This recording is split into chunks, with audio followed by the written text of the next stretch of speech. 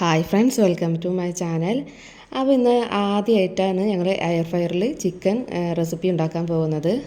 അപ്പോൾ നമ്മൾക്ക് വന്ന ഒരു മിസ്റ്റേക്കും അപ്പോൾ ആദ്യമായിട്ട് ഉപയോഗിക്കുന്നവർക്ക് എങ്ങനെ ഉപയോഗിക്കാമെന്ന് അറിയാൻ വേണ്ടിയിട്ടാണ് ഞാനിത് ഉണ്ടാക്കുന്നത്. അപ്പോൾ ഈ ചിക്കൻ പൊരിച്ച് നല്ല ടേസ്റ്റി ആയിട്ടുള്ളൊരു റെസിപ്പി കൂടിയായിരുന്നു കേട്ടോ. അതാണ് പിന്നെ നിങ്ങൾക്ക് റെസിപ്പിയും കൂടി പറഞ്ഞുതരാമെന്ന് വെച്ചത്. അപ്പോൾ ചാനൽ ആദ്യമായി കാണുന്നവരാണെങ്കിൽ സബ്സ്ക്രൈബും ലൈക്കും കൂടെ വരുന്ന ബെല്ലൈക്കൺ കൂടി പ്രസ് ചെയ്യണേ. അപ്പോൾ ഇനി റെസിപ്പിയിലേക്ക് പോകാം. ഞാനിവിടെ ഒരു വലിയ ചിക്കനാണ് എടുത്തിട്ടുള്ളത്. ആ ഒരു ചിക്കൻ നന്നായി കഴുകി വൃത്തിയാക്കിയതിന് ശേഷം ഒരു ഫോർക്ക് വെച്ച് എല്ലോടെ ഒന്ന് കുത്തി കൊടുക്കണം. മസാല എല്ലാം നന്നായി ഉള്ളിലേക്ക് പിടിക്കാൻ വേണ്ടിയിട്ടാണ് ഫോർക്ക് വെച്ച് കുത്തി കൊടുക്കുന്നത്. അല്ലെങ്കിൽ ഒന്ന് കത്തി വെച്ച് വരിഞ്ഞു കൊടുത്താലും മതി. ഞാനിവിടെ ഫോർക്ക് വെച്ച് കുത്തിയിട്ടുമുണ്ട്, കത്തി വെച്ച് വരിഞ്ഞിട്ടുമുണ്ട്. എന്നിട്ട് അതിലേക്ക് വേണ്ട മസാല റെഡിയാക്കാം. ഇനി ഇതൊരു ബൗളിലേക്ക് 1/2 ടീസ്പൂൺ മഞ്ഞൾപ്പൊടി, 2 ടേബിൾ സ്പൂൺ മുളക് പൊടി, കാശ്മീരി മുളക് പൊടി ആണെങ്കിൽ 2.5 വരെ ആക്കാം. ഞാനിവിടെ നല്ല എരിവുള്ളതായതുകൊണ്ട് 2 ടേബിൾ സ്പൂൺ മുളക് പൊടിയാണ് എടുത്തിട്ടുള്ളത്. പിന്നെ എടുത്തിട്ടുള്ളത് 1 ടീസ്പൂൺ വലിയ ജീരകമാണ്. പിന്നെ വേണ്ടത് കുരുമുളകാണ്.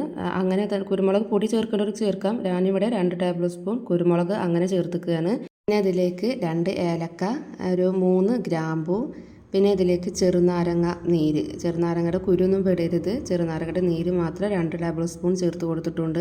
പിന്നെ ഇതിലേക്ക് ഇഞ്ചി വെളുത്തുള്ളി പേസ്റ്റ് 2 ടീസ്പൂൺ ചേർത്ത് കൊടുക്കാം. ഇഞ്ചി വെളുത്തുള്ളി പേസ്റ്റ് ഇല്ലെങ്കിലും വെളുത്തുള്ളി തൊലി കളഞ്ഞിട്ട് 5 ഇഞ്ചി ചെറിയ കഷ്ണം ഇട്ട് കൊടുത്താലും മതി.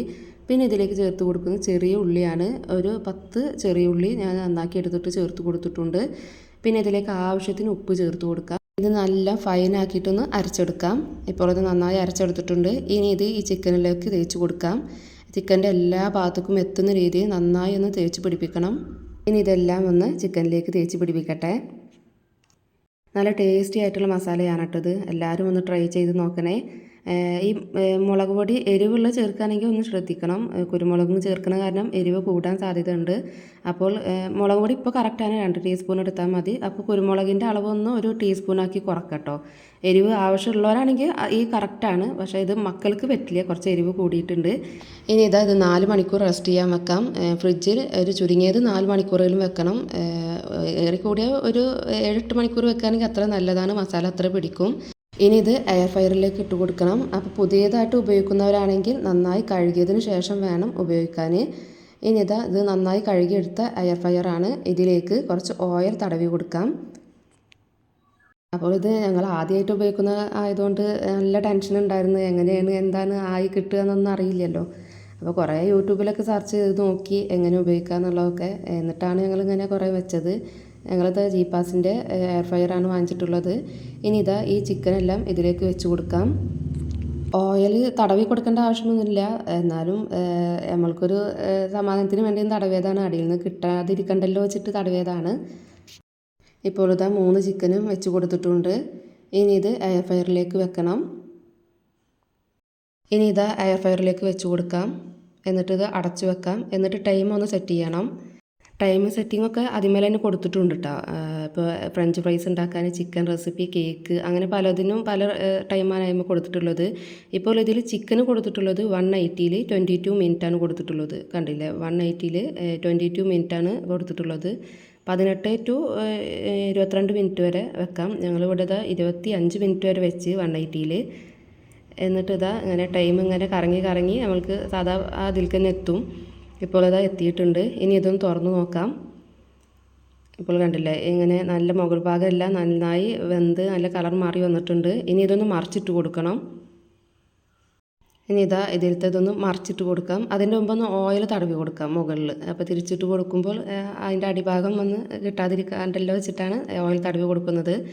ഇനി ഓയിലെല്ലാം തടവി കൊടുത്തിട്ടുണ്ട്. എന്നിട്ട് ഇതൊന്ന് തിരിച്ചിട്ട് കൊടുക്കാം. ഫസ്റ്റിൽ നമ്മൾക്ക് ചെയ്യുന്ന കാരണം ഒരു ആകാംക്ഷയാണ്, എങ്ങനെയാണ് എന്താണെന്ന് അറിയാനുള്ളൊരു ആകാംക്ഷയായിരുന്നു. അപ്പോൾ നല്ല രീതിയിൽ തന്നെ കിട്ടിയിട്ടുണ്ട് കേട്ടോ. ഇപ്പോൾ കണ്ടില്ല, ഇനി ഇതൊന്ന് തിരിച്ചിട്ട് കൊടുക്കാം.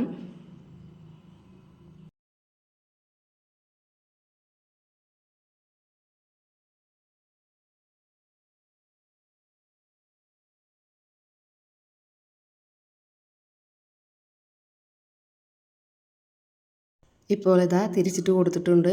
ഇനി ഇത് എയർ ഫ്രയറിലേക്ക് തന്നെ വെച്ച് കൊടുക്കാം. ഇതിപ്പോൾ ഒരു ഭാഗമാണ് ആയി വന്നിട്ടുള്ളൂ. ഉള്ളിൽ വേവൊക്കെ ആയിട്ടുണ്ട് കേട്ടോ, പക്ഷേ പുറമെ ഒരു ഭാഗം ആയിട്ടുള്ളൂ. ഇനി ഇതൊരു 15 മിനിറ്റിൽ സെറ്റ് ചെയ്ത് കൊടുക്കാം.